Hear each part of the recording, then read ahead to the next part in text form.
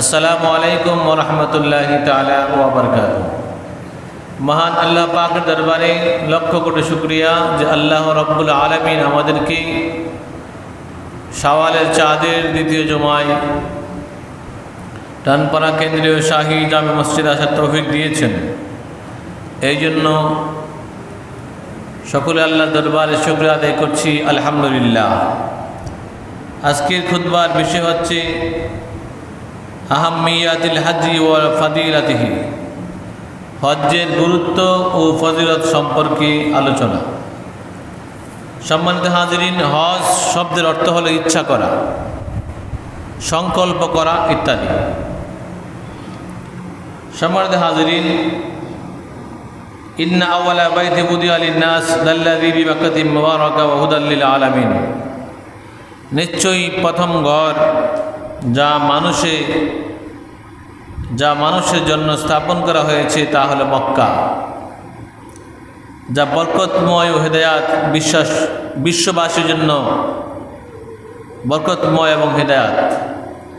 এই কাবা শরীফে যাওয়া এবং নির্দিষ্ট কিছু কার্যক্রমের মাধ্যমে অনুষ্ঠান পালন করাকে হজ বলা হয়। উমরার আবেদনী করতে হচ্ছে জিয়ারত করা। শরীয়তের পরিভাষায় উমরা অর্থ নির্দিষ্ট কিছু কর্ম, যেমন ইহরাম বাঁধা, তাওয়াফ করা, সাই করা, মাথা বন্টন করা বা চুল ছোট করার মাধ্যমে বাইতুল্লাহ শরীফ জিয়ারত করা।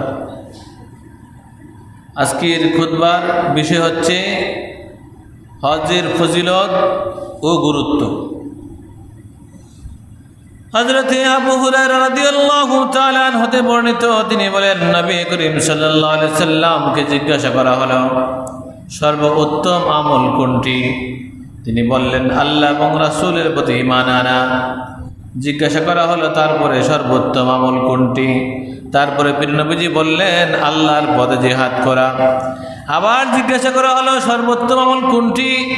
নবীজি বললেন, হজ্জে মাবরুর করা, কবুল হজ করা। সম্মানিত হাজিরিন, যারা হজকে অস্বীকার করে ও মুনকিরুহু কাফিরুন ওয়া তারিকুহু ফাসিকুন ওয়া মুদিল্লুন, যারা হজকে ইনকার করে, হজকে অস্বীকার করে তারা কাফের, এবং যারা হজকে বর্জন করে তারা ফাসিক এবং পথভ্রষ্ট। আল হাজ্জু ফারিদাতুন আলা কুল্লি মুসলিমিন মুকাল্লাফিন ইয়াস্তাতিউ ইলা বাইতিল্লাহি সাবিলা। হজ প্রত্যেক আকেল বালেগ মুসলমান যিনি বাইতুল্লাহ শরীফ যাইতে সক্ষম তার উপর ফরজ। ছোট ছোট বাচ্চাদের উপরে হজ ফরজ না। যারা বালেগ মানে সাবালক যারা, তাদের উপরে হজ ফরজ। তাদের যাওয়ার সামর্থ্য আছে এবং শারীরিক শক্তি আছে, তাদের জন্য হজ করা ফরজ। সম্মানিত হাজিরিন, হযরত আয়েশা রাদিয়াল্লাহু তাআলা আনহা তিনি বলেন, হে আল্লাহর রাসূল, জিহাদকে আমরা সর্বোত্তম আমল মনে করি, কাজে আমরা জিহাদ করব না? নবীজি বললেন, না, বরং তোমাদের জন্য সর্বোত্তম জিহাদ হলো হজ্জে মাবরুর। মানে হজ্জে মাবরুর মানে যে হজ কবুল হয়, এই হজ হইল হজ্জে মাবরুর। নবী সাল্লাল্লাহু আলাইহি ওয়াসাল্লাম বলেছেন, এক উমরা হয়তো এক উমরা, এই দুইয়ের মাঝে যা কিছু পাপ ঘটবে আল্লাহ তা মাফ করে দিবেন। এক উমরা থেকে আরেক উমরা কাফারা হয়ে যাবে। আর মাবরুর হজের বিনিময়ে জান্নাত ছাড়া আর কিছু নাই। যেটা হজ কবুল হয়ে যাবে, এই হজের জন্য আল্লাহর পক্ষ থেকে জান্নাত অবধারিত করা হয়েছে। কারণ ইসলাম গ্রহণ পূর্বকৃত সকল পাপকে মুছে দেয়। কেউ যদি কাফের থেকে ইসলাম গ্রহণ করে, তাহলে তার পিছনের সব গুনাহ আল্লাহ পাক মাফ করে দেয়। হিজরত করলে তার পূর্বের সকল গুনাহ আল্লাহ মাফ করে দেয়, এবং হজ করলে আল্লাহ পাক তার পূর্বের সব গুনাহ মাফ করে দেয়। ইবনে মাসউদ থেকে হাদিস আসছে, তোমরা পরপর হজ এবং উমরা আদায় করো, কেননা তা দরিদ্রতা এবং পাপকে সরিয়ে দেয়, যেমন সরিয়ে দেয় কামারের হাপড় লোহা স্বর্ণরূপার ময়লাকে। আর হজ্জে মাবরুরের সওয়াব তো জান্নাত ভিন্ন আর কিছুই না। হজ আর উমরা করলে মানুষের দরিদ্রতা থাকে না, মানুষ আর গরিব থাকে না এবং তার পাপ থাকে না।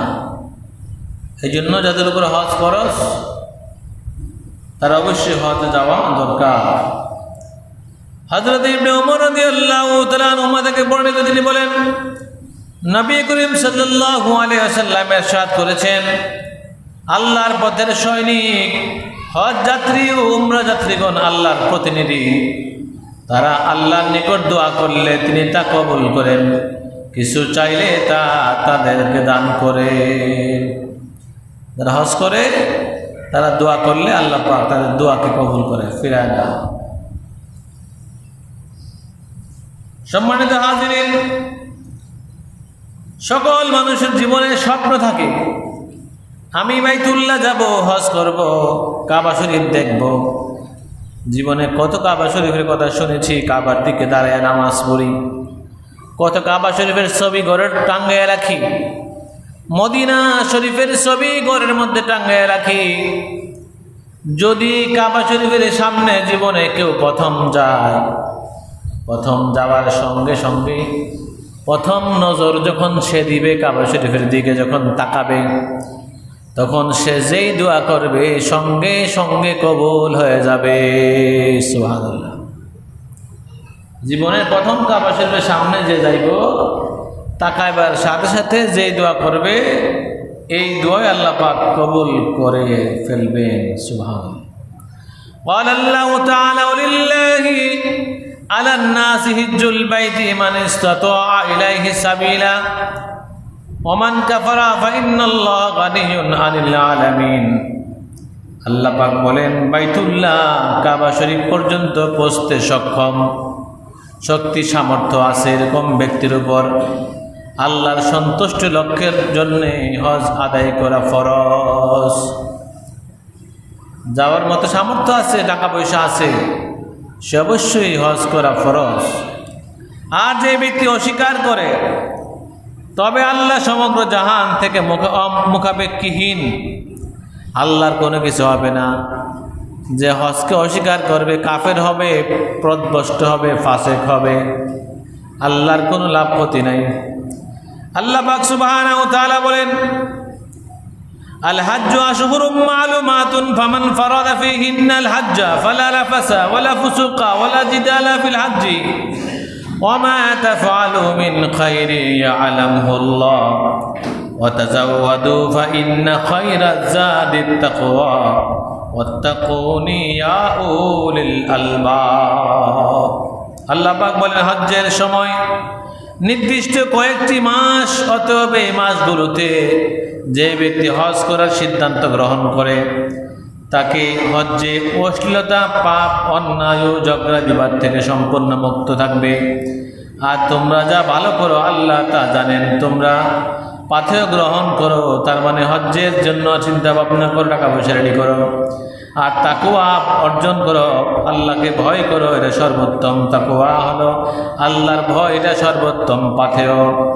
হে বিবেকবান, তোমরা আমাকে ভয় করো, ওয়াত্তাকুনি, আমাকে ভয় করো।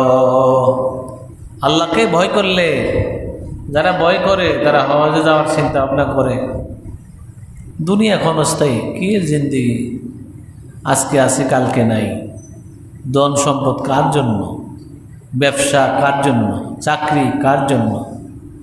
এত কষ্ট করে ব্যবসা করলেন, চাকরি করলেন, জমি জামা হাল চাষ করলেন, জমি লাগাইলেন, ধান কাটলেন, বাড়িতে আনলেন, গুলা বললেন, বাজার করলেন, এত কিছু করলেন কার জন্য? সংসার সংসার সংসার সংসার, নিজের স্ত্রী, পরিবার, পরিজন, আল আওলাদকে লইয়া দুইলা খাওয়ার জন্য, এক মুঠ ভাত খাওয়ার জন্য। সারা বছর কার্যকর্মের মধ্যে কত কঠিন কঠিন কাজকর্মের মধ্যে মানুষ পড়ে থাকে। মানুষের কত রকমের পেশা আল্লাহ পাক দান করেছে। এত কষ্টের কাজ করার পরে এত সুন্দর সংসার পরিচালনা করার সময় দেখা যায় ঈদের দিন সন্তানের কাপড় কিনছে, কিন্তু বাবার জুতা ছিঁড়া খবর নাই। এমন আছে, ঈদের দিন সন্তানের কাপড় চোপড় কিনা দিছে, কিন্তু বাবার জুতাটি ছিঁড়া এটাও কিনে নাই, সন্তানের জন্য কিনছে। ঈদের দিন ফ্যামিলির সকলের জন্য খরচ করলো বাবা নামের বটগাছটা, নিজের জন্য কোনো কিছু কিনলো না। কাল কিয়ামতের ময়দানে ওই বাবার খবর সন্তান নিবে না, ওই স্বামীর খবর স্ত্রী নিবে না, ওই ভাইয়ের খবর বোন নিবে না, বন্ধুর খবর বন্ধু নিবে না। ইয়াউমা ইয়াফিরুল মারউ মিন আখিহি ওয়া উম্মিহি ওয়া আবিহি ওয়া সাহিবাতিহি ওয়া বানিহি। হাশরের ময়দানে আপনার মা ও আপনারে চিনবে না, আপনার ভাই ব্রাদার স্ত্রী পরিবার সন্তান ভাই আহাল আওলাদ কেউ আপনার খবর আমার খবর দিবে না। কিসের সংসার? আপনি হারাম ইনকাম করেন আর হালাল ইনকাম করেন, চুরি করেন আর বাটপারি করেন, আর আপনি সুন্দর ব্যবসা করেন, হালাল ভাবে রুজি করেন। দুইটা রাস্তা খোলা আছে, হালাল ইনকাম হারাম ইনকাম। হারাম ভাবে চালালেও সংসারে ছেলেমেয়েরা কিছু বলবে না, হালাল ভাবে চালালেও কিছু বলবে না। হারাম খাওয়ান আর হালাল খাওয়ান এটা আপনার দায়িত্ব। আপনি হারাম খাওয়াইলে আপনি আপনার জবাব দিবেন। আপনার সংসারে যদি শুটকি বাদ দিয়েও খাওয়ান, ডাল ভাতও খাওয়ান, এটার জবাব আপনি দিবেন। কুরমা ফুলা দেয়া খাওয়াইলে এটার জবাব আপনি দিবেন। কারণ প্রত্যেক সংসারের দায়িত্ব হলো পুরুষ কর্তা, কর্তা সব হিসাব কিতাব দিবে। তাহলে বোঝা গেল আমার সব হিসাব যদি দেওয়াই লাগে, আমি কার জন্য এত কিছু করি? সম্মানিত হাজিরিন, চক্ষুটা বুঝলে 3 দিন সর্বোচ্চ 5 দিন বাড়িতে কান্নাকাটি, খানা দানা পাক হয় না, অন্যরা খাবার দিয়ে যায়। এরপরে আস্তে আস্তে কবরে যাওয়া বন্ধ হয়ে যায়, বাবার কথা ভুলে যায়, মার কথা ভুলে যায়, ওই মৃত ব্যক্তির কথা স্মরণ হয় না, আস্তে আস্তে সব ভুলে যায়। তার জন্য দোয়াও করে না, কবরও যায় না, কারণ সে অনেক সম্পদ দিয়ে গেছে, দেয়া গেলেও কি হবে? ওই সম্পদ দিয়ে যাওয়ার পরেও সন্তান বাবার খোঁজ খবর নেয় না। ইদানিং এমন একটা ঘটনা ঘটেছে, এক জায়গার মধ্যে বাবা মারা গেছে, মারা যাওয়ার পরে সন্তান কবর দেওয়ার জন্য দেয় না। কবরের মধ্যে গিয়ে শুয়ে রয়েছে, আমি কবর দিতে দিব না। আগে সম্পদ বন্টন হয়ে গেল, তারপরে সন্তান বলতেছে তারপরে বাবার কবর হবে। তাহলে দুনিয়ার সম্পদের জন্য বাবার সন্তানে ভালোবাসে। অরিজিনাল ভালোবাসা আর সম্পদের ভালোবাসা বুঝাই যা। সম্মানিত হাজিরিন, 200 জায়গা বিক্রি করলে হজ করা যায়। আপনি বিশাল সম্পদের মালিক, আপনার সম্পদ সন্তানকে দিয়ে যাইবেন। আপনার সন্তান বড় হলে তার কি কোনো ডিউটি নাই? সে কি কর্ম করতে পারে না? সে কি ইনকাম করবে না? সে কি রুজি করবে না, খাবে না? তার চিন্তা আপনার এত বেশি করার দরকার কি? যতটুকু প্রয়োজন ততটুকু করেন, আর বাকিটা আপনার পরকালের কাজে লাগা।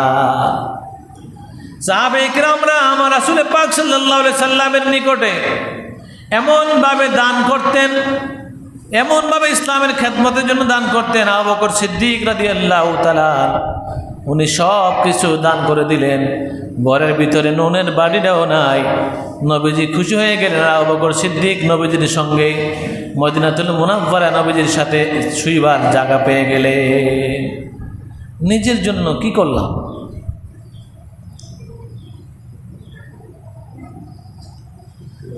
সম্মানিত হাজিরিন, عن أبي أمامة عن النبي صلى الله عليه وسلم قال من لم تحبسه حاجة ظاهرة أو مرض حابس أو سلطان زائد ولم يحج فليمت إن شاء يهوديا وإن شاء نصرانيا।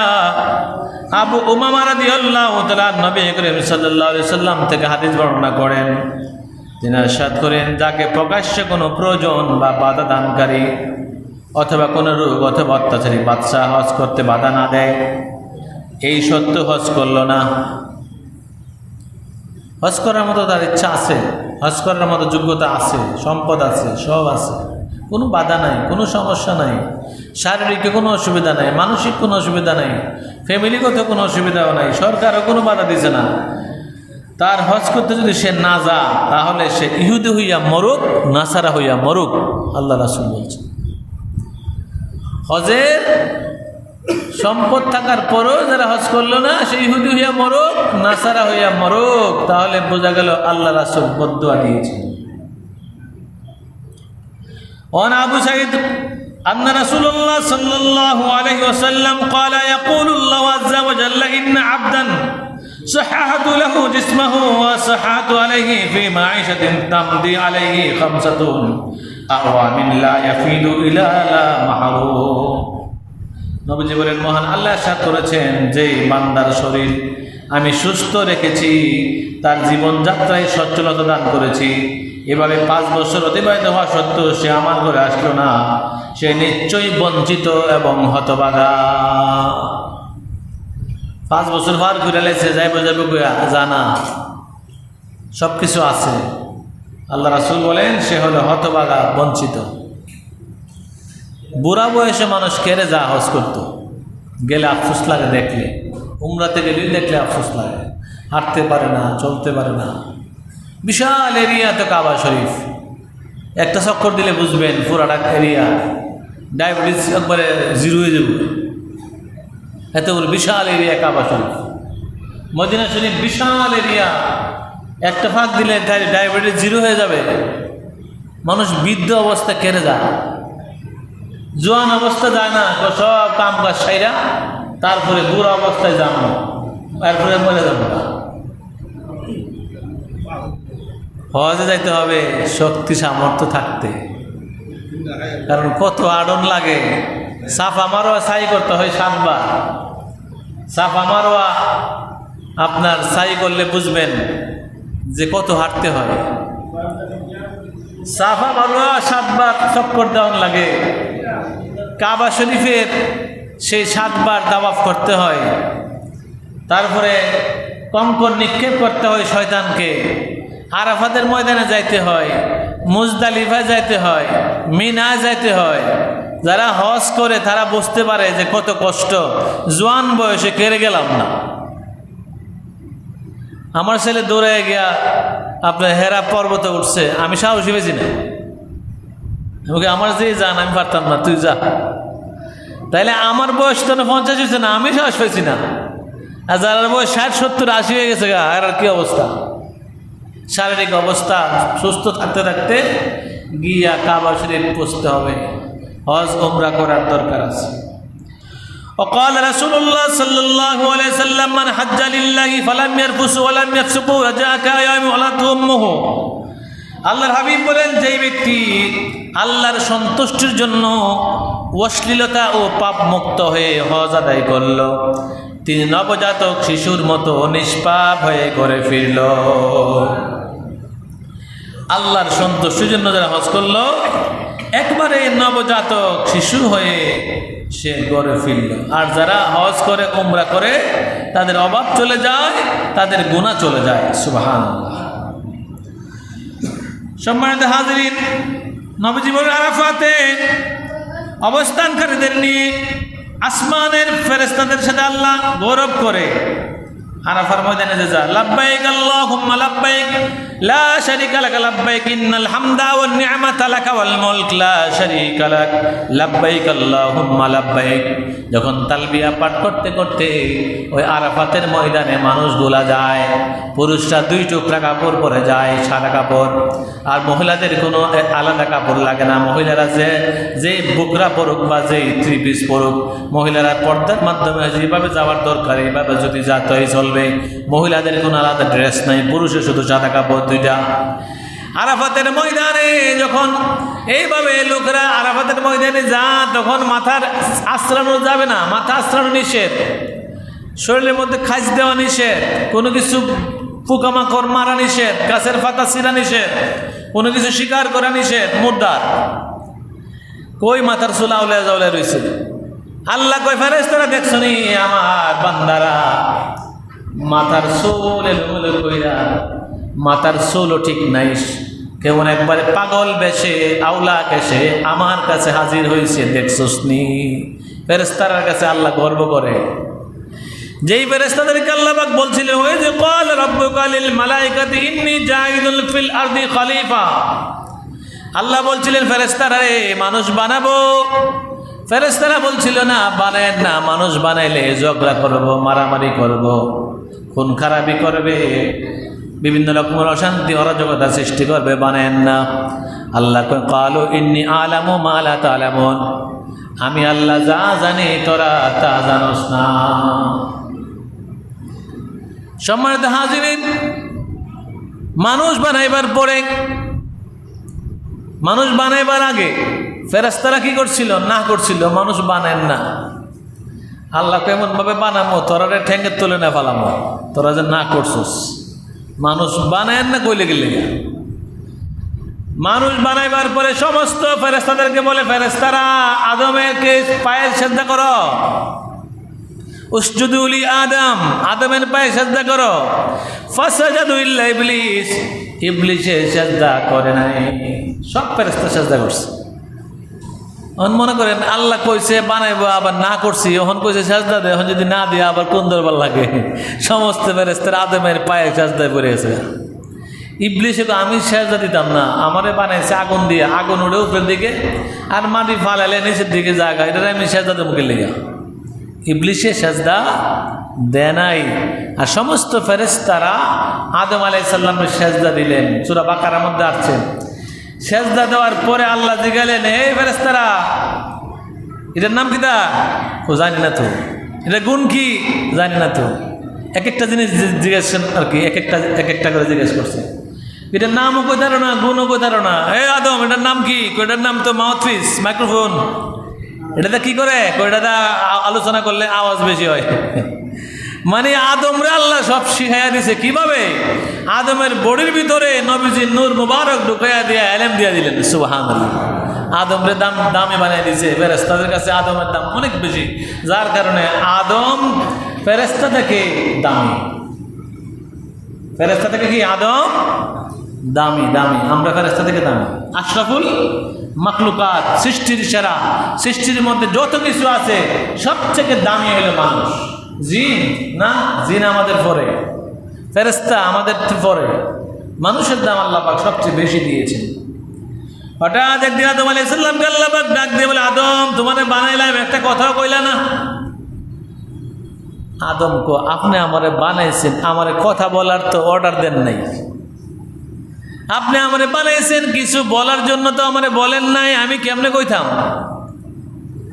আল্লাহ কয়, আদম তোমার এই কথার কারণে আমি খুশি হয়ে গেলাম, আর তোমার সৃষ্টির সেরা উপাধি দিয়ে দিলাম। তুমি অনেক ভদ্র, ভালো, নম্র। এই আদমের ভিতরে পৃথিবীতে এখন ভদ্র নম্র আছে, খারাপও আছে, ভালো আছে, শয়তান বরদূরে রহে এমনও আছে, অনেক আল্লাহওয়ালাও আছে, অনেক নাফরমানও আছে। বিভিন্ন কোয়ালিটির মানুষ আল্লাহ পাক পৃথিবীর মধ্যে তৈরি করছে। হযরত আয়েশা সিদ্দিকা রাদিয়াল্লাহু তাআলা থেকে বর্ণিত প্রিয় নবী রাসূল পাক সাল্লাল্লাহু আলাইহি সাল্লাম আয়েশাকে বলে, আয়েশা উমরা করতে গিয়া যে পরিশ্রম করছো, উমরা করতে গিয়া যে পরিশ্রম করছো, এই পরিশ্রম অনুযায়ী তুমি তার জাযা পেয়ে যাবে, তার ফজিলত পেয়ে যাবে। সুবহানাল্লাহ। উমরা করতেও কষ্ট। এখন তো আপনার উমরা যারা টেলিভিশন করে আসছে বলতে পারবেন, লাইভ দেখলে, মক্কা শরীফের লাইভ দেখলে বলতে পারবেন যে বড় হজের মতো মানুষ এখন উমরাতে যায়, এত বেশি যায়। কারণ এখন হজের মধ্যে অনেক টাকা লাগে, প্রায় 7 লক্ষ টাকা লাগে, যার কারণে মানুষ হজে না গিয়া বাংলাদেশের মানুষ উমরা যায়। আর বাহিরের কান্ট্রির এত টাকা লাগে না। আমরা বাংলাদেশের মানুষ তো অনেক ভালো, যে কারণে বিমানের টেহাটা বেশি রাখে, 20,000 টাকা বা প্রসেসিং হোটেল ভাড়াটা বেশি রাখে। বাংলাদেশের মানুষ বেশি বালা হিসাবে টেহা বেশি। ভারত বাংলাদেশ থেকে অনেক কম, পাকিস্তান তো আরো কম, ইন্দোনেশিয়া তো হারা মনে সবাই হজ করে, ইন্দোনেশিয়ানরাও হারার জন্য হারা হজ তারা বিয়েও করে না। তাহলে বাহিরের কান্ট্রির মানুষগুলা অনেক অল্প টাকা দিয়ে হজে যা, আর বাংলাদেশের মানুষ যে কত ভালো, যার কারণে বেশি টাকা লাগে দেখে উমরা করে আই করে থাক, উমরাই চলবো, হজের কাম নাই। 7 লাখ টাকাও নাই, হজও করতাম পারতাম না। আর 7 লাখ টাকা থাকলে হজে না গেলেও ইহুদিয়া মরণ লাগবো, নাসারইয়া মরণ লাগবো, এটাও গোলাম আছে। সম্মানিত হাজিরিন, রাসূল পাক সাল্লাল্লাহু আলাইহি সাল্লাম বলেন, কোন হাজি পবিত্র উপার্জন দিয়া যে টাকা হালাল টাকা দিয়া হজ্জে বের হয়, ইজা খারাজাল হাজ্জু হাজ্জাম বিনাফাকাতিন তাইয়িবাতিন ওয়াদাআ রিজলাহু ফিল গাউজি ফানাদা লাব্বাইক আল্লাহুম্মা লাব্বাইক নাদাহু। যখন হাজি সাহেব হালাল ইনকাম দিয়া হজ করতে বের হইয়া যখন হজের পাদানি মানে হজে যাওয়ার জন্য যে আরোহণকারী, মনে করেন যে বাহন আছে, জাহাজে ওঠার সময়, বিমানে ওঠার সময়, বা ঘোড়ায় ওঠার সময়, বা উঠে ওঠার সময়, অথবা যে বাহনের মাধ্যমে যাইব আর কি, বাহনে ওঠার সময় যখন কয় লাব্বাইক আল্লাহুম্মা লাব্বাইক লা শারীকা লাক লাব্বাইক ইন্নাল হামদা ওয়ান নি'মাতা লাকা ওয়াল মুলক লা শারীকা লাক, যখন এরকম আহ্বান করে আল্লাহর ডাকতে থাকে, তাসবিহ পড়তে থাকে, তখন আসমান থেকে একজন আহ্বানকারী ফেরেশতা তার এই ডাকে সাড়া দিয়া কয় লাব্বাইকা ওয়া সাদাইকা। যখন সে উড়ে আর লাব্বাইক আল্লাহুম্মা লাব্বাইক কয়, তখন আসমান থেকে একজন ফেরেশতা তারে করেছে লাব্বাইকা ওয়া সাদাইকা, তোমার জীবিকা হালাল, তোমার বাহন হালাল, তোমার হজ কবুল। সুবহানাল্লাহ। হজে মনে করেন যাইতে পারছে না, কিন্তু উঠছে গিয়া এরপরে অ্যাক্সিডেন্ট করে মরে গেছে গা, তার হজ কবুল। হাদিসের রেফারেন্সে যখন সে হজের বাহনে উঠে লাব্বাইক আল্লাহুম্মা লাব্বাইক কো, আসমানের ফেরেশতা কি কো লাব্বাইকা ওয়া সাদাইকা, বলে তোমার জীবিকা হালাল, তোমার বাহন হালাল, তোমার হজ কবুল। অনেকগুলো মক্কা শরীফ পড়ছে না, এইসব এই মুহূর্তেই ফেরেশতা দোয়া করে দিছে তোমার হজ কবুল। আর কোন হাজি ওয়াইজা খারাজা বিন নাফাকাতিল খাবিসাতি ফাওয়াদা রিজলাহু ফিল গারজি ফানাদা লাব্বাইক আল্লাহুম্মা লাব্বাইক নাদাহু মুনাদি মিনাস সামাই লা লাব্বাইকা ওয়ালা সাদাইকা জাদুকা হারামুন ওয়া নাফাকাতুকা হারামুন ওয়া হাজ্জুকা মাযুরান গায়রা মাবরুর। আর যখন কেউ হারাম টাকা দিয়া, হারাম উপার্জন দিয়া যখন হজ্জে বের হয়, ওই বাহনে যখন পা রাখে আর বলে লাব্বাইক আল্লাহুম্মা লাব্বাইক, তখন আসমান থেকে একজন ফেরেশতা ডাক দিয়া কয় তোমার জন্য লাব্বাইকও না সাদাইকাও না, লাব্বাইকও না সাদাইকও না, কেননা তোমার আসবাবপত্র হারাম, তোমার জীবিকা হারাম, তোমার হজ গ্রহণীয় না, কবুল না। তাহলে হজে গেলে সুদের টাকা জমায়া হজে গেলে কোনো লাভ হইব? ঘুষের টাকা জমায়া গেলে কোনো লাভ হবে না। আমরা অনেক সময় কাহিনী বলি কিছু বাস্তব, রোজার মাসে এক বেটা ঘুষের টিয়া লইব, দেওয়াস না রোজার মাস, আমি কোন এইসব টিয়া ধরি নেই, ডয়েরও থেকে যা ডয়ের রোজা রাখছি দেওয়াস না, রোজা রাখছে, রোজার মাস ঘুষের টিয়া ধরে না, ডয়েরও থেকে যেত, পরে হ্যাঁ বাপে ধরবো। চিন্তা কর কেমন ঘুষ খাবি না। তাহলে ঘুষের টেহার সুদের টেহা দিয়ে হজে গেলে কোনো লাভ হবে না। এই জন্য হালাল ইনকামের টাকা দিয়া হজে যাওয়া লাগবে, হারাম ইনকাম দিয়া হজে গেলে কোনো কাজ হবে না। ইন্না সলাতি ওয়া নুসুকি ওয়া মাহইয়ায়া ওয়া মামাতি লিল্লাহি রাব্বিল আলামিন লা শারীকা লাহু ওয়া বিযালিকা উমিরতু আনা আউয়ালুল মুসলিমিন। আল্লাহ পাক সুবহানাহু ওয়া তাআলার জন্য আমার জীবন, আমার মরণ, আমার হজ, আমার কুরবানি যা কিছু আছে সব আল্লাহর সন্তুষ্টির জন্য। কারণ আমি একজন মুসলমান, আমি লোক দেখাবার জন্য না।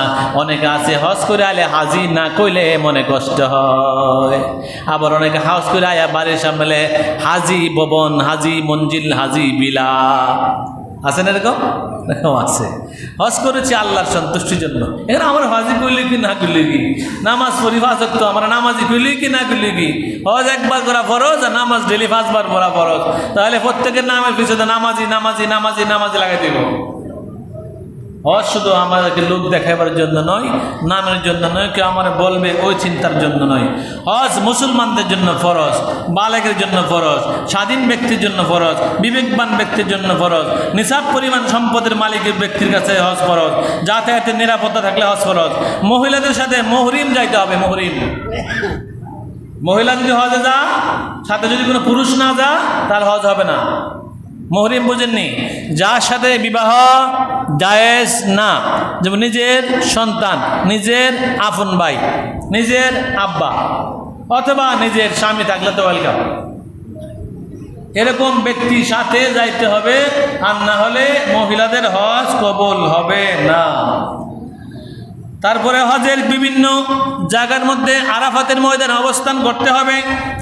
9 তারিখে আরাফার ময়দানে অবস্থান, 8 তারিখে ইয়ামুত তারবিয়া, 10 তারিখে ইয়ামুন নাহার, 11 তারিখে ইয়ামুল লুকুফ, 12 তারিখে ইয়ামুন নাফিল আউয়াল এবং 13 তারিখে ইয়ামুল নাফরিস সানি বলে হজের ফরজ হলো 3টা। ইহরাম বাঁধা, তারপরে উকুফে আরাফা করা এবং তাওয়াফে জিয়ারত করা। অনেক সময় অনেক ওয়াজিব কাজগুলা ওই বিভিন্ন মানুষ টাকা টোকা দিয়ে করা, যারা বুড়া মানুষ যাইতে পারে না কঙ্কর নিক্ষেপ করার জন্য, তখন কিছু টেহা টোহা দিয়া করা এবং পরে আপনার কুরবানি দিয়া দিয়ে যাতে হজ হয়ে যায়। তবে হজের জন্য মূল টাইম হলো জোয়ান অবস্থায় হতে যাবে। জোয়ান অবস্থায় হজে না গেলে হজের কোনো মজাই বুঝবেন না, কারণ হজের সময় অনেক পরিশ্রম, অনেক কষ্ট করে হজ করতে হয়, অনেক হাঁটতে হয়, অনেক মেহনত হয়ে যায়। হজের প্রস্তুতি কিভাবে নেবেন?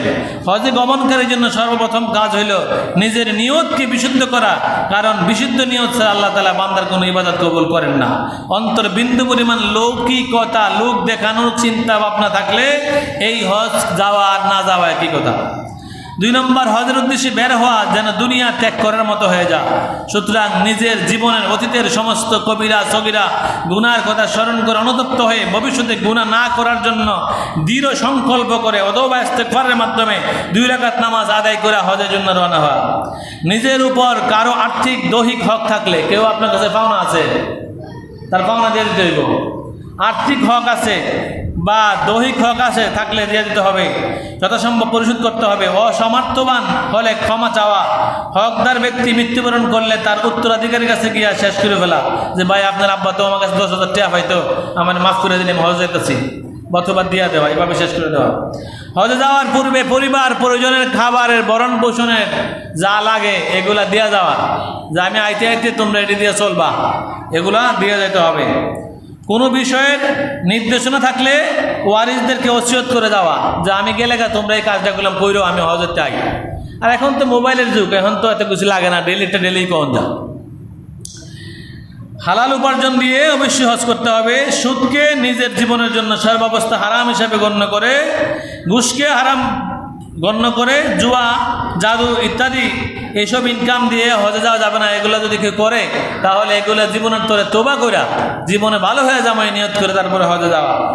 গীবত, অহংকার, পরনিন্দা, হিংসা, বিদ্বেষ সম্পূর্ণ পরিহার করা এবং হজের পরও এটার মধ্যে প্রতিষ্ঠিত থাকা, যে আমি আর জীবনে হিংসামি করতাম না, গীবত করতাম না, অহংকার করতাম না, আমি পরনিন্দা করব না, এগুলা হজের পরও নিজের প্রতিষ্ঠিত রাখা।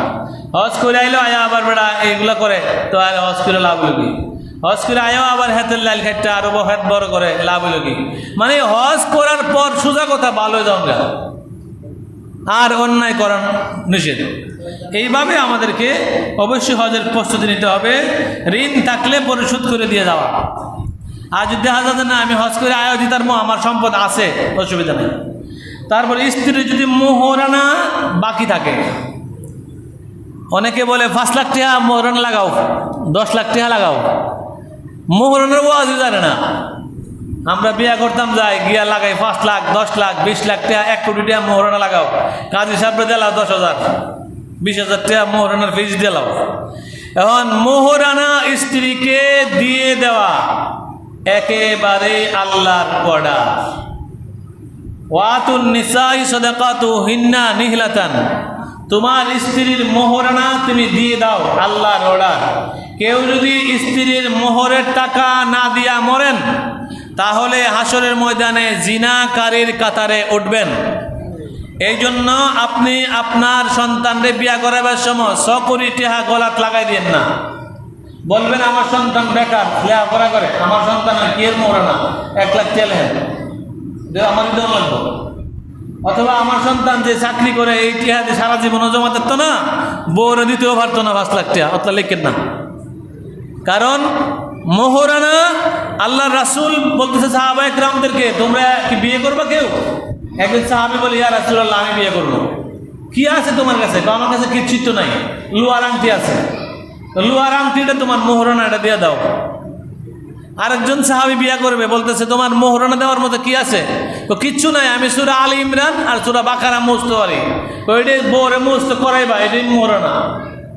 আর আমরা কই আমার বড় বোনের তো আছেন 20 লাখ, আমার পাশের বাড়ির তো আছেন 30 লাখ, তো হেমনে মিলে দিলে তো এটা 15 লাখের নিচে দেওয়া যায় না।